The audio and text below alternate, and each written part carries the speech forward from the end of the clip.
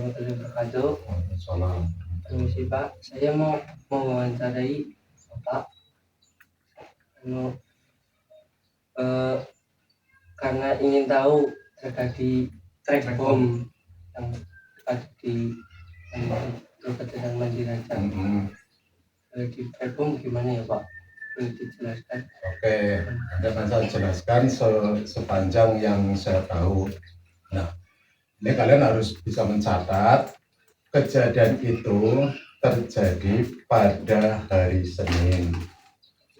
Ya, itu harus dicatat. Hari Senin tanggal 12 November 1947. Coba tanggal berapa, hari apa coba? Hari Senin tanggal 12 November 1947. Itu harus diingat karena itu bukti autentik sejarah. Karena sejarah itu harus ada keterangan waktu,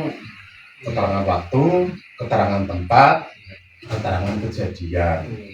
Jadi tidak cuma tahunya saja ada di perbatasan Mandiraja dengan Purwonegoro, tapi tidak tahu kapan terjadinya, momentumnya itu apa.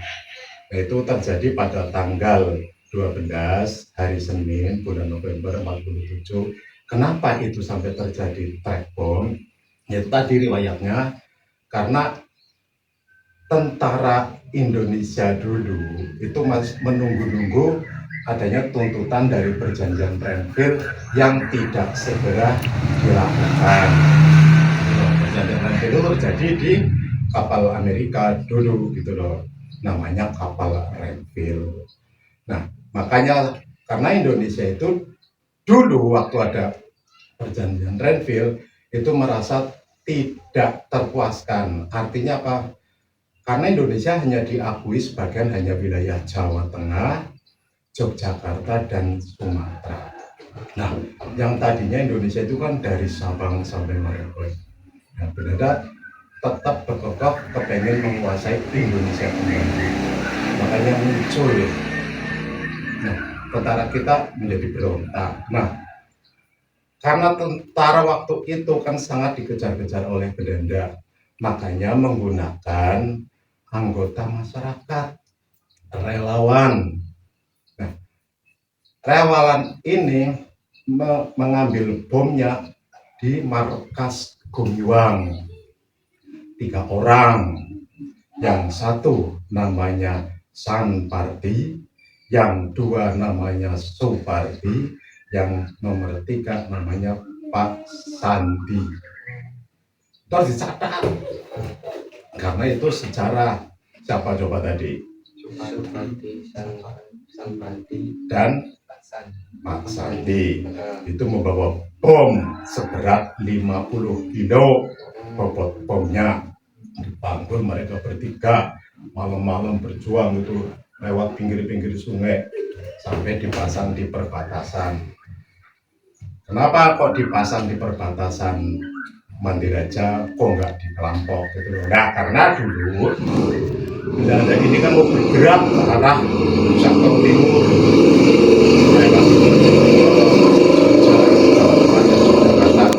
nah karena markas Belandanya dulu ada di Purworejo Kelampok, kan itu yang sekarang jadi bangunan PLK, itu markas Belandanya di situ. Nah, kenapa di situ? Karena di situ dulu kan budak.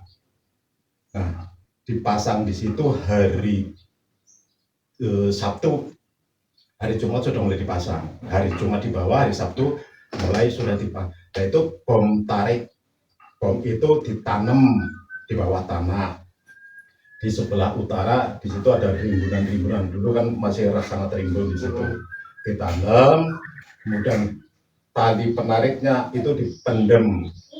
Ya, ada sekitar pakai kabel PCKA sehingga aliran komunikasi PCKA kan terputus, sehingga Belanda kan susah untuk berkomunikasi. Itu diputus sebagai tali penarik bom. Jadi pada hari Sabtu ditunggu, dipantau dari atas, itu belum ada yang lewat. Nah, yang satu sebagai memantaunya kan itu yang namanya Supardi yang naik pohon kelapa untuk melihat kondisi bahwa sudah ada konvoy apa belum, karena sudah ada berita melalui radio atau melalui apa waktu itu bahwa Belanda akan bergerak menuju ke sektor timur. Makanya disitulah dihadang oleh 3 orang tadi. Tapi itu kan punya markas TNI yang ada di Buluiwang. Itu memang orang-orang relawan yang dari dulu memang sudah berjuang untuk ngirim-ngirim logistik kepada tentara-tentara rakyat kita yang sedang berjuang. Nah, yang kedua orang tadi, Pak Sanpardi dengan Pak siapa tadi namanya?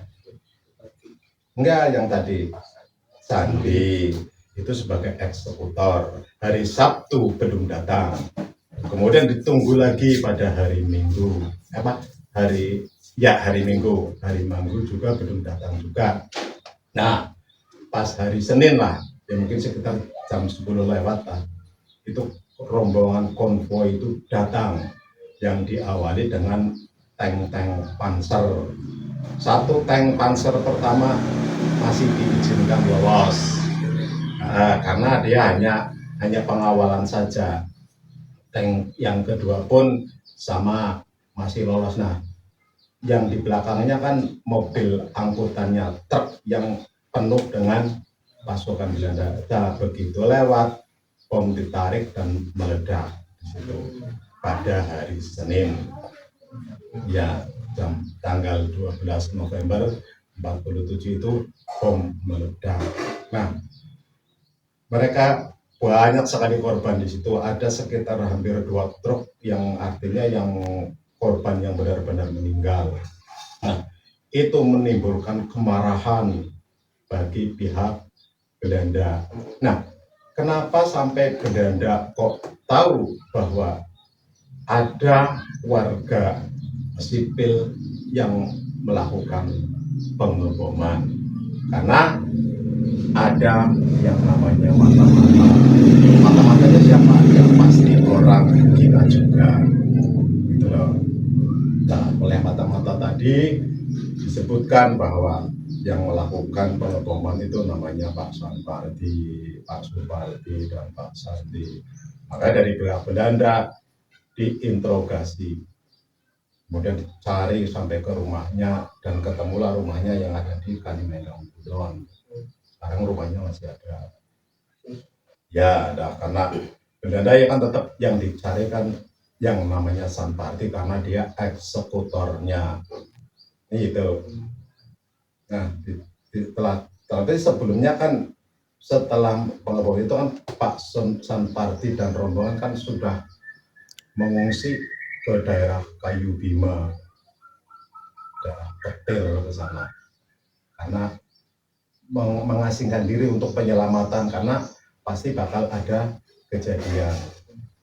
Nah, ternyata yang memberitahu pun bahwa dia pun mengungsi di sana juga.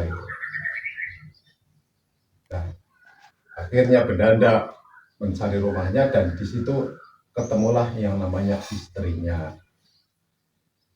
Istrinya ditangkap, suruh menunjukkan bahwa Sanpardi itu di mana tetap dia tidak mau menceritakan bahwa dia tidak punya suami lah istilahnya, hanya seorang diri. Makanya dia dibawa ke markas Belanda yang ada di Purworejo. Nah, pada saat dia sedang dalam posisi ditahan sebagai tahanan tentara Belanda, posisi dia sedang hamil.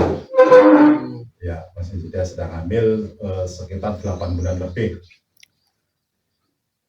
Nah, di hari ke-17-nya lahirlah anak dari Pak Sanpardi di penjara itu tadi. Dan si ibunya tadi pun tetap tidak mau mengakui bahwa dalam kandungannya adalah dari anak Sanpardi, yang dia hanya mengaku bahwa saya bukan wanita baik-baik istilahnya kayak gitu. Saya hanya handle atau apa kehamilan saya tanpa ada Makanya Sanparti itu selamat. Nah, si mata-mata tadi ya kan ada yang tahu yang nunjukin yang namanya berita di itu kan ketahuan bahwa dia memang mata-mata sudah orang sudah pada tahu sebenarnya itu dikejar sama TNI kita ketemu di Kayu Primat dan dibunuh di sana. Iya, kejadian kronologisnya seperti itu karena anak yang dulu dikandung dalam kandungan Ibu Sanparti sekarang masih itu namanya Mulyati. Kenapa dikasih nama Mulyati? Karena mudah-mudahan anak ini menjadi anak yang mulia, karena dia perempuan makanya namanya Mulyati. Nah, makanya dari momen itu seorang Sanparti dan rekan-rekannya yang tadi ada Pak Suparti dan Kaki Sandi itu mendapat penghargaan. Ya setelah Indonesia sudah mulai tertata gitu loh, sudah mulai zaman inilah kalau nggak salah dulu Panglima TNI-nya dulu kalau nggak salah M. Yusuf atau siapa gitu. Dapat penghargaan sebagai veteran, sebagai pejuang rakyat. Nah, sebelum mendapatkan veteran, Pak Sanparti itu sudah ditawari untuk menjadi kalau kayak sekarang pegawai negeri lah di bidang pengairan. Tapi dia tidak mau, dia tetap menolak, dia tetap hidup sebagai petani biasa saja. Artinya apa? Seorang Sanparti bahwa perjuangan yang dia lakukan itu memang benar-benar berjuang bukan karena iming-iming supaya jadi tentara atau supaya jadi orang, tidak, benar-benar ya sampai sekarang pun keluarganya pun masih masyarakat yang biasa. Nah kalau misalnya pengen mengutip cerita yang lebih asik lagi yaitu dengan yang namanya Ibu Mulia. Masih iya karena dia tahu tentang riwayat, otomatis kan lebih paham. Kalau saya kan hanya apa yang pernah saya tahu dari orang tua saya dulu yang karena pernah menjadi pejuang gitu loh. Dan dia pun juga melihat situasi saat itu gitu loh, kejadian-kejadian yang ada dialami. Nah, habis kejadian itu desa Kalimendong khususnya itu di bumi hanguskan karena tidak bisa menemukan yang namanya Sanparti. Kalimendong ini dibakar semua. Ibaratnya kayak di Bandung itu Bandung Lautan Api. Dulu kita pun punya yang namanya Kalimendong Lautan Api. Habis terutama yang di Kabupaten Pinggir Jalan ini habis karena dulu ada Mbah Buyut saya pun rumahnya yang di sini juga dibakar. Rumah sebelah ini juga dibakar. Apalagi daerah Kalimendong Kulon itu dibakar semuanya. Nah, makanya dari peristiwa itu ada pejuang pahlawan Kalimendong. Artinya apa? Untuk mengingatkan bahwa pernah ada seorang pahlawan itu yang benar-benar terjun, yang tanpa dia dibekali kemiliteran tapi dia dengan keberaniannya menarik bom, dan dia juga bukan ahli bom tapi dia mau. Artinya dia pun sudah siap dengan resikonya jika suatu bom ini tidak meledak atau bom ini salah sasaran dan yang lainnya. Itu kalau boleh tahu dimakamkan di mana ya Pak? Kalau dimakamkannya, kalau Sanpartinya saya kurang tahu. Tapi mungkin di kuburan Gedong. Makanya untuk cerita yang bisa ke yang namanya Mulia. Kalau saya hanya mengutip tentang kronologis kejadian itu tadi. Makanya kenapa sampai bom tarik di area Kalimendong itu sampai diledakkan itu kan karena awalnya itu tadi adanya Indonesia yang merasa tidak puas dengan hasil perundingan yang dilakukan oleh Belanda terhadap kita. Itu karena kita hanya diberi wilayah, makanya namanya kan Republik Indonesia Serikat. Makanya dari tentara itu melakukan yang namanya agresi militer. Nah, supaya apa? Tentara-tentara kita yang ada di wilayah di luar Jawa Tengah itu harus kembali ditarik. Otomatis daerah Jawa Barat itu menjadi daerah kedudukan Belanda. Makanya tentara kita yang sudah kan harus tarik. Makanya ada cerita yang namanya Long March. Iya, Long March dari Siliwangi, kan karena ditariknya tentara dari Jawa Barat ke Jawa Tengah sampai ke Jawa Timur, kan tarik lagi. Nah, itu kan terjadi ada peristiwa Long March, jalan tentara itu pulang jalan kaki secara gerilya besar-besaran, yaitu karena akibat itu tadi gitu loh.